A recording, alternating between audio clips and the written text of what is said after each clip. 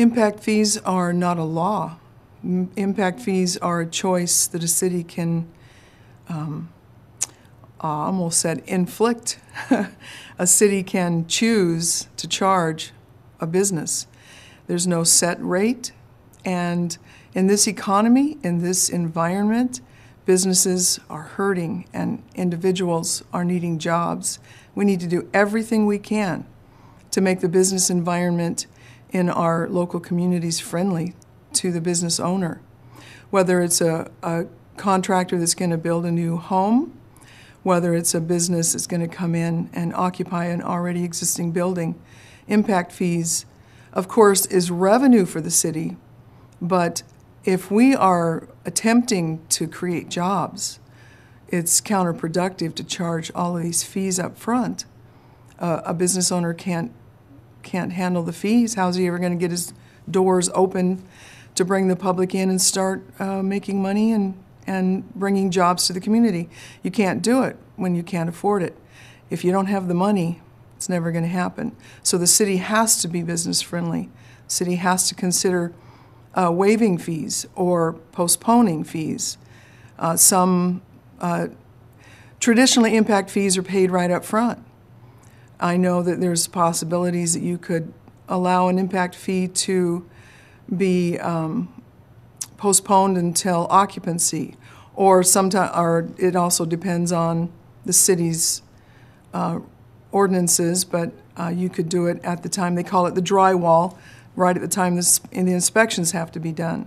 So the city has leverage. They have opportunities to help this business owner to make a difference.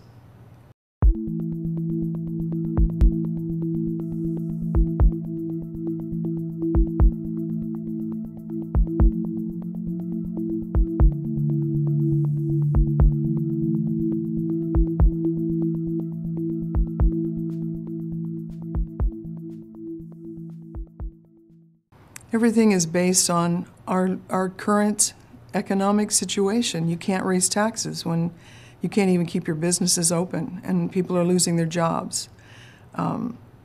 People are working 60-hour weeks just to survive. How can you raise taxes on somebody that's working so hard to make ends meet, and you're just going to add another burden to them? I know that in Washougal, we have a very friendly police department.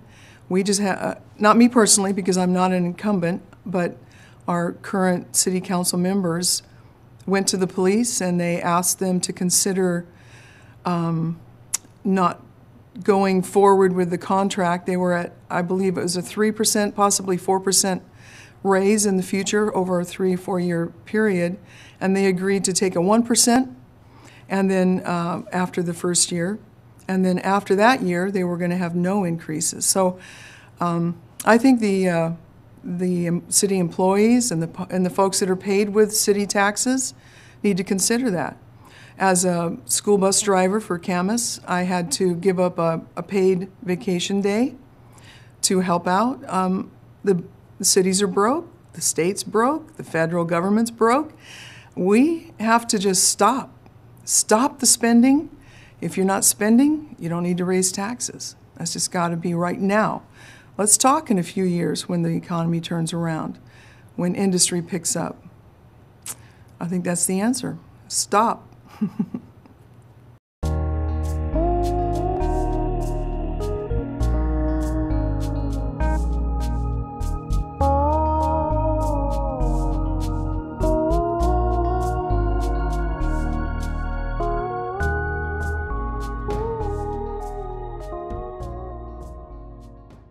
I know that there are a number of people that use the public transit, and they're very thankful for it. In fact, I have a son that doesn't drive. He's 21. He doesn't drive. And he will use public buses. But the majority of Washingtonians, at least here in Vancouver, Clark County, we're going to drive our cars.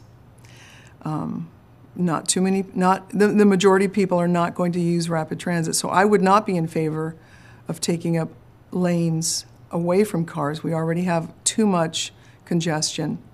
And dedicating that much space for the minority of people to ride, I think, is a mistake. I think we need to continue to figure out ways to keep the flow of traffic moving for cars. I know we're a green world up here in the Northwest. I love that part. I love the green world that we live in. But and people use bicycles a lot. I believe in bicycle lanes and safety corridors for them. But our mode of traffic here is the automobile. So I think we need to continue to work for the average driver.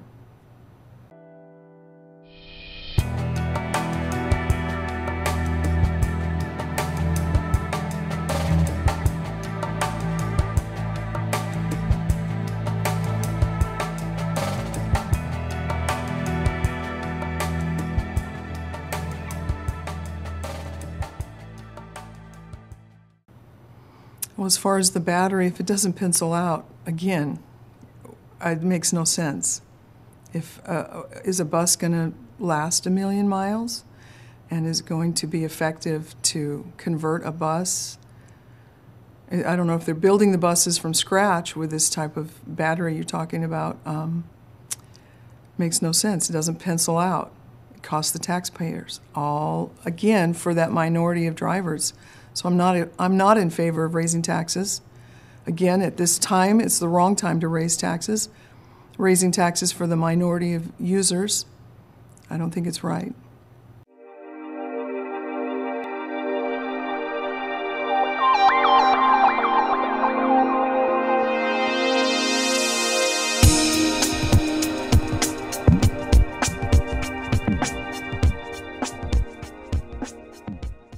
I do not support light rail in Clark County. First of all, it hasn't had a vote from the people. The people are the ones that are going to be paying for it. The people need to be the ones making the decision whether or not they feel it's appropriate for our community. Again, my opinion is, as a driver since I was 15 and a half, I'm going to stick with my car. The majority of people will. And the money that it's going to cost the local individuals way over exceeds the benefits. I am much more in favor of another bridge, possibly at 192nd, going over to Gresham. I think that'd be a great answer especially for those of us from Washougal that are on the east side, not wanting to drive all the way to the I-5 or to I-205. I'd love to see something like that come into play.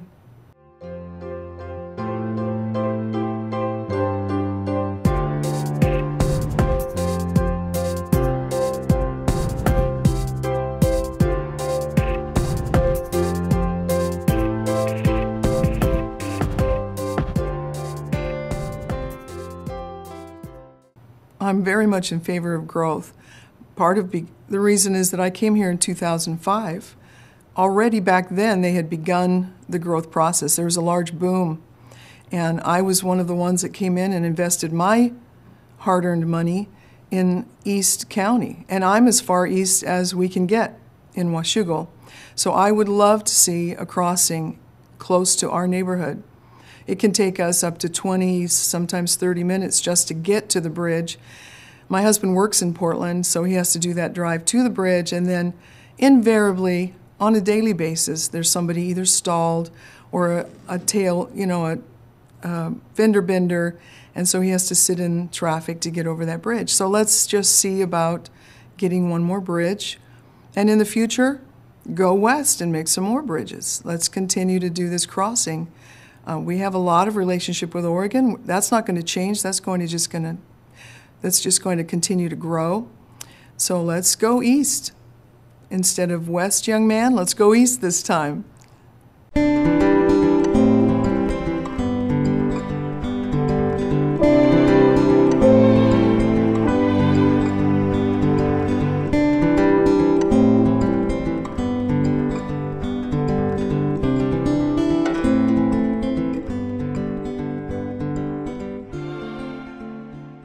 I never support new debt. That's a fact. I will never vote for something that's going to put us deeper into debt. I disagree 100% in continuing to take money from other entities like the state and the feds for projects that may not even be necessary right now. If it's a great project, it could just be waiting in the back burner. I don't want to put us further into debt. whether it's my state taxes that's going to pay for the project or federal taxes that'll pay for the project for my city, it's still my money, it's still my taxes. And I would really like to postpone those things until we have the money already in the budget, in the bank, waiting to be used. I'm not in favor of borrowing money from anybody to make projects happen. I know we've had some wonderful projects. We just had our E Street. Our main thoroughfare was just redeveloped. We changed the zoning. Now let's bring the businesses in that will promote more money into our coffers, and then we'll do some more projects. Other than that, stop the spending.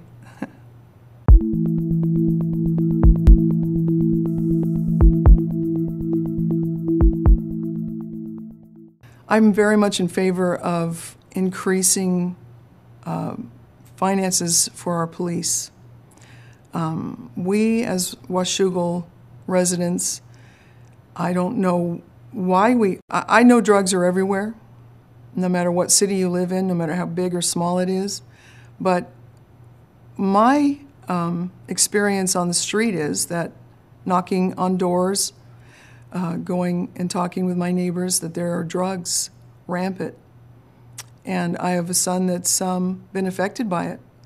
And I want our police to be equipped, whether it's training, whether it's equipment, whether it's more manpower.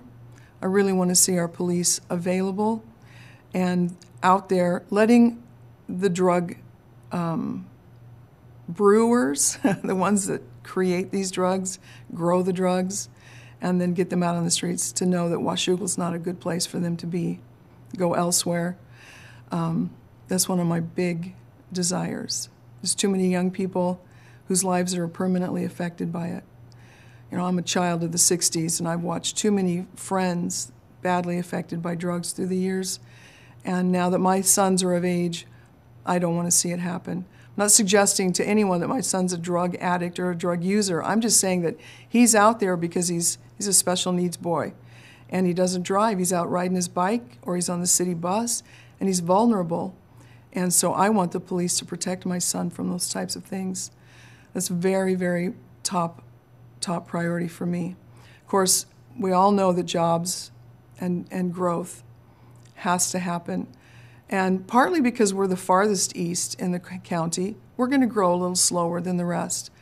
But we are ready to continue, or they've done a good job already to have a good environment for businesses. But there's still more things that we need to do to continue to attract people. We need to be competitive. And as I'm going door to door, I just learned from one of my neighbors that has a small business that there are fees for things like having a banner in front of your business. Exorbitant fee. He told me what the fee was on a monthly basis. I was shocked to learn that because I don't have a business down on the street. So those are the kind of things we have to change for our business owners. We don't want to lose businesses because of these fees that can be manipulated by the city, or when I say manipulated, I mean lessened.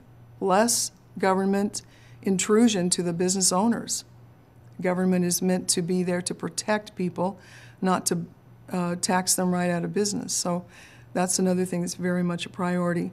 We have a beautiful community, and after having just arrived here, we have hiked and we've bicycled and we've canoed and we've enjoyed our community an awful lot. But I think it needs to be enjoyed by more. And I'd love to see us really develop our parks.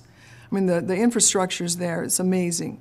But events, we have the port. We have a beach with sand that can be used for wonderful summer events. I'm an outside person, and I want to see Washougal grow in those types of events.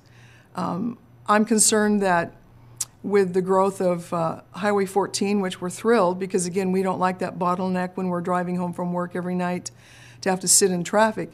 But I'm concerned that the more of a thoroughfare it becomes, the less people will stop off in Washougal. It's just going to be a pass-through community. And we want them to stop and get off the highway and enjoy our small town and parks and beaches and those type of things. So those are the kind of things that I'd like to see become part of my goals as in the city council. I love people. I believe that city council members need to remember that they are public servants. So often, even in the smallest elected office that you come into, you begin to think sometimes that you might have authority, but that authority is given to you by the people that elected you. You're to represent them, and that is so important in my mind. I'm going to be out there among the community the entire time that I'm on the city council, asking questions, finding out what their needs are. I've so enjoyed going door to door. I met the most wonderful people. I got to meet a gentleman that was the very first employee of the fire department, been here his whole entire life. We stood on his porch and talked for about 45 minutes about the history, things that happened back here years and years ago. I love the people up here, so I want to be their voice and I want to cast votes on their behalf. So those are the reasons that I want to be involved. And I want to thank you, Couve.com. You've done a wonderful job. I went and looked at your website because when I got the invitation to come here and share my positions, I wasn't sure who you were. And what a wonderful website you have. What great quality you have. And I love the way you're representing Clark County. So thank you for the invitation.